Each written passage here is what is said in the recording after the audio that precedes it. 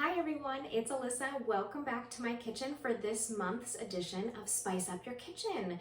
This month we have, please forgive me, I have never taken French as a language before, herbal de Provence. It is a sort of all-purpose seasoning blend, which is and comes from France, obviously it's French, and was very common in the Provençal, I can't speak French, the Provence area of France. And it came about because the most prosperous herb crop there was, I believe, the oregano and thyme. And it became very common to use just in tons of different dishes. And so for me, I think of an Italian all-purpose seasoning with basil, oregano, parsley, salt, pepper, a little garlic. This is the French version of that for me. And our blend is the North American version of that because we have lavender in our blend. I suppose that people in America who are using some recipes that had the herbe de Provence in it saw that some of them were combined with lavender, or they just maybe thought, France, lavender, and decided to put it together. When you see it with lavender, that is very American. You can make your own blend with the ingredients that are listed in the pamphlet that are in ours and leave out the lavender if you don't like the lavender. But the lavender is the very last ingredient in our blend, which means it is not featured heavily. It's just a little extra something. Our blend does contain thyme, tarragon, that oregano, rosemary, dill, marjoram, which we've done before, chervil, and the lavender. I have an infused olive oil here, which contains the same things except it has a little bit of basil at the end and bay leaf. Bay leaf is very common in the herbs as well. We will tackle bay leaves at some point ourselves for our monthly herb sometime soon. It's a little bit of a mystery to me, so we're gonna learn something together. But this is a really nice infused extra virgin olive oil. So there are two recipes in your pamphlet. There's the lentil soup. Did I give you the lentil soup? I think I gave you lentil soup and the navy beans. I'm not gonna make either today. I'm actually gonna do what was on the other side of the pamphlet, which is just some suggestions for other ways to use it. Because it is an all-purpose seasoning blend, you can really get used to just using it on lots of different things. So I have a nice loaf of bread right here. I'm gonna do some little crostini, and then I have some plain goat cheese. And what you can do is mix our seasoning blend into the goat cheese, and it's delectable. I also have some corn cakes here, and I have some honey that is going to be gently, very gently heated up on the stove. We're not making candy here. We don't want it to boil. We're just going to infuse the herbs into the honey so you have this beautiful herbal moment. The rosemary and the thyme are very forward in these blends, and ours too. And we're gonna just gently infuse it. And then I like to keep the herbs in the honey. You can strain it with some cheesecloth if you want while it's still hot and just jar it for yourself and use it. But I like to keep the herbs in there. So we're gonna drizzle that honey on the corn cakes. A really good cornbread with honey, but with the herbs in it. That's really nice. You could also drizzle that on plain goat cheese on your crostini. So we'll do both ways. Other ways that you can use this new seasoning blend on almost anything. It's great on poultry. It is great on roasted vegetables such as eggplant and zucchini. I've used it on eggplant before with a nice olive oil. It's really good. Again, similar for me, being Italian, very similar to how I would use some general all-purpose seasoning for Italian herbs. You can also do a really good application of it, and what I use this infused olive oil for is a nice whitefish, and then gently bake it, and this kind of becomes your marinade. You can also toss this on top of a salad. any kind of roasted vegetables. Like I said, it's really great with poultry. You'll find a lot of classic, if you search for what to use these for, you'll find just a lot of classic chicken recipes. And then of course it's great with the beans and the lentils as well. A chicken soup with the lentils, a chicken soup with beans. Again, it's just an all-purpose seasoning, but maybe a little bit different than one that you may or may not have encountered before. Okay, so I'm just gonna start prepping some snacks here. It does happen to be Super Bowl Sunday, another very American thing, like the lavender in here. And so for some snacks, that's what I'm gonna have. I'm gonna have these corn cakes. I'm gonna toast them up. I'm gonna toast up my crostini, and I'm gonna use the herbs to dress them, and that's my little snack. So this is a very French, un-American football snack day. Okay, so I'm going to go ahead and get my honey going. Again, very, very low heat. I'm just trying to infuse the herbs in here, and then that's what I'll use to drizzle over my corn cakes. Okay, so I'm gonna get that going. Let's do that. Okay, so I have this giant jar of honey that has crystallized a little bit, but you can heat it up and it's just fine. I put it in my tea all the time. So I'm just gonna get a little spatula and just make sure that this heats up and goes back to its liquid state. Again, this is on a very, very low heat, but it's perfect for the honey. Okay, and so I have my herbs de Provence, and again, this one has lavender in it, which I think will be very, very nice with the honey. But as I said in our little introduction, you can use the herbs that I've mentioned, that I listed out, that are in our blend. You have a slightly different blend than I have. I don't actually know what's in my blend, but I know what's in your blend.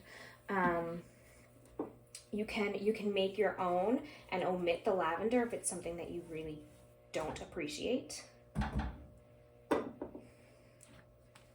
But I'm gonna go ahead and just put this in here and let it infuse.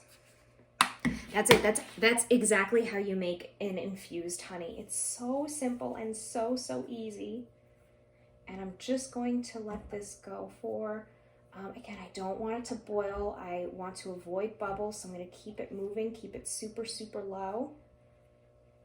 I'm gonna do maybe about 5 minutes on the heat, and then I'm gonna turn the heat off and let this finish just sort of steeping, almost like a little tea, a little tincture here. In the meantime, I am going to prepare my corn cake and my crostini in the oven. So that's gonna be really easy in my toaster oven. I'm gonna do, that will be really easy. While I watch this, those are just going to go get toasted. The crostini I'll brush with a little bit of olive oil and a little bit of salt, and that's it. Okay, so I have my little plate full of the infused honey. I took a little taste. It's amazing. So honey is really sweet, very concentrated sweetness, and it has a strong flavor. I am getting from this a lot of thyme. It's beautiful. It really complements the honey. I'm definitely going to drizzle the honey over some of this goat cheese. It's amazing. In the meantime, though, I am also going to put the herbs into the goat cheese. I'm not going to do this in any sort of fancy way. I'm just going to mush it around on my plate.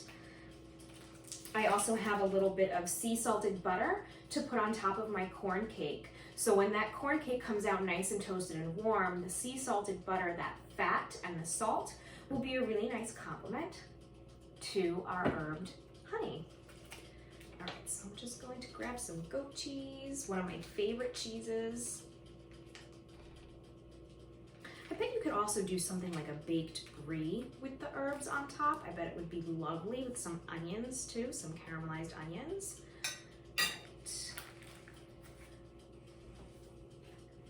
All right. My herbs. Sprinkle that on and mush it around. I'm sure you have seen in a lot of grocery stores, if you've gotten goat cheese before, you can buy it rolled in herbs, and it's usually delicious. I think I see a lot of thyme. I also see it infused with a lot of fruit or honey, but this is just another way to do it and another flavor profile. I'm just gonna mush this around a little bit. Nothing fancy. You can also whip this up in a little food processor, which would be nice. But I'm just gonna do it just like this, really easy. No fuss, no muss. Okay, got my butter. I'm gonna put my goat cheese in the fridge, and then this is gonna come out in just a moment and I'll show you how it all looks. Okay, so my first priority is to get some butter right onto this hot corn cake. The corn cake itself is really nice and sweet smelling, but I wanted to get a little bit of color on the edges. Right, I'm just gonna toss some butter on there. And then another way to make sure that your flavors soak into something that's warm is to put it on while it's hot. So my honey is starting to thicken up again, become a little bit more of a honey texture. I'm just gonna make sure that my herbs are all incorporated, and I'm gonna drizzle that right on top. So lovely. And that's gonna soak into that corn cake, and it's going to be amazing. Okay, and then I have my herbed goat cheese. I'm gonna get that on there too.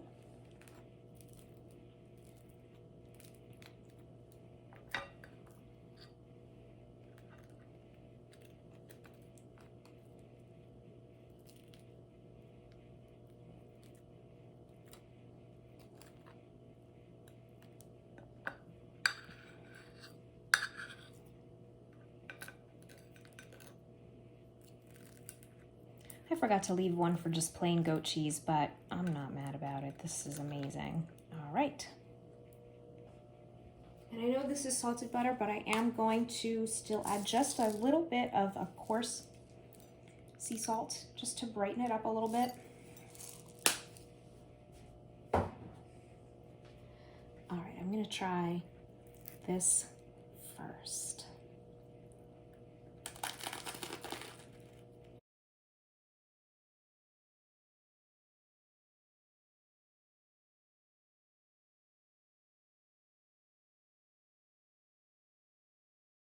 This is delicious. This is so, so good. The herbs are really nice. The cream cheese, not cream cheese, the goat cheese is smooth and tangy. And I love herbs with anything like that. Another thing that I could have done, because I do have that infused olive oil, and you can make your own infused olive oil with the herbs, is I could have just brushed this with the infused olive oil and broiled it or toasted it that way. And that would have been wonderful. And then you can put, on top of that, I would put maybe some Kalamata olives, some olive tapenade would be really delicious. It probably tastes good with the goat cheese too. All right, next is this corn cake with the butter and just a sprinkle of a really coarse sea salt. And this honey, this lovely infused honey.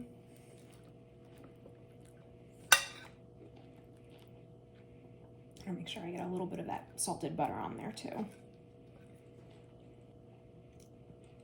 That's really delicious. The salted butter is creamy. A little splash of sea salt is really bright and it enhances the flavors. The honey is sweet and lovely. I'm just gonna toss a little bit more of the herbs and honey on there. And the herbs are really nice with the corn cake in general. Right, so now I've just taken sort of a plain grocery store corn cake, you know, you get them in the English muffin aisle, and I've jazzed it up to something really special. So you can share this with a snack, a brunch. This is really nice.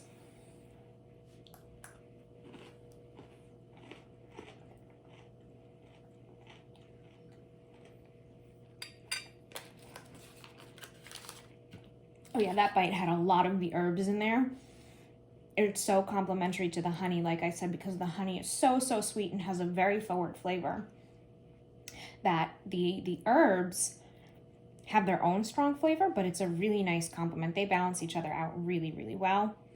I'm a big fan of this honey. I'm gonna go put it in a tiny little jar and keep it. And those little cakes are gonna be part of my breakfast every day this week for the next couple days. So give it a try. Try the recipes that are in the pamphlet, but don't be afraid to use this, your herbe de Provence, as an all-purpose seasoning. Try it on poultry, try it on whitefish, try it on roasted vegetables, and see what you think. If you are like me and you are used to an Italian type seasoning, or you don't even use a lot of seasoning, and that's why you're getting this kit, try it as an all-purpose seasoning and see what you think.